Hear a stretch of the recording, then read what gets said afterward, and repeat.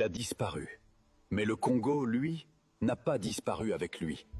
Et c'est là que l'histoire devient vraiment terrifiante.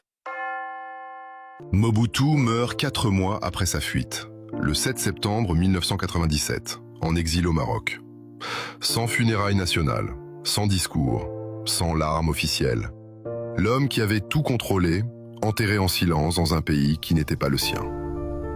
Mais au Congo, personne ne célèbre vraiment, parce que ce qui arrive ensuite est pire.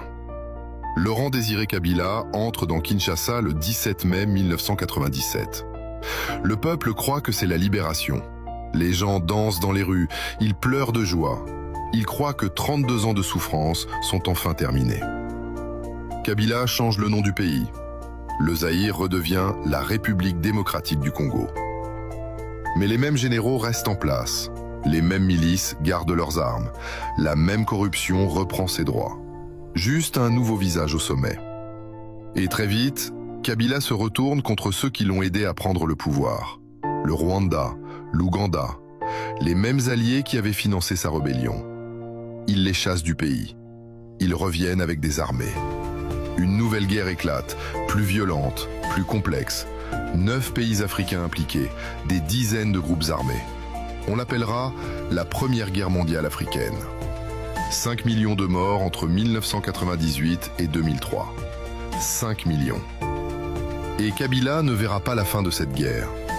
Le 16 janvier 2001, il est assassiné, dans son propre palais, par son propre garde du corps.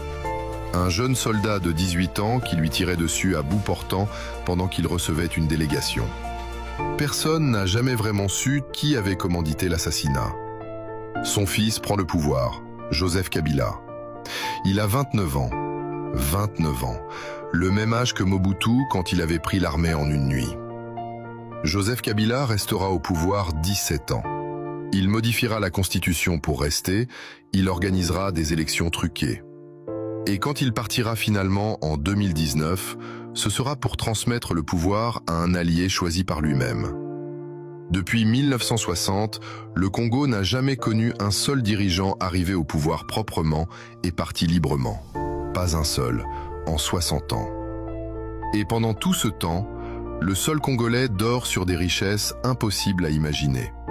Le cobalt de vos téléphones, le coltan de vos ordinateurs, les diamants, l'or, l'uranium, le cuivre.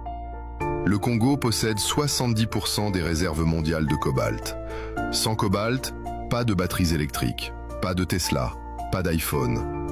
Le pays qui alimente la révolution technologique mondiale ne peut pas allumer l'électricité dans ses hôpitaux. Ce n'est pas l'histoire d'un homme qui a échoué. C'est l'histoire d'un système qui a parfaitement réussi à vider un pays, méthodiquement, pendant un siècle, avec la complicité de ceux qui achetaient ses ressources en regardant ailleurs. Mobutu n'était pas une anomalie, il était le symptôme. Dis-moi en commentaire quelle histoire tu veux que je raconte ensuite.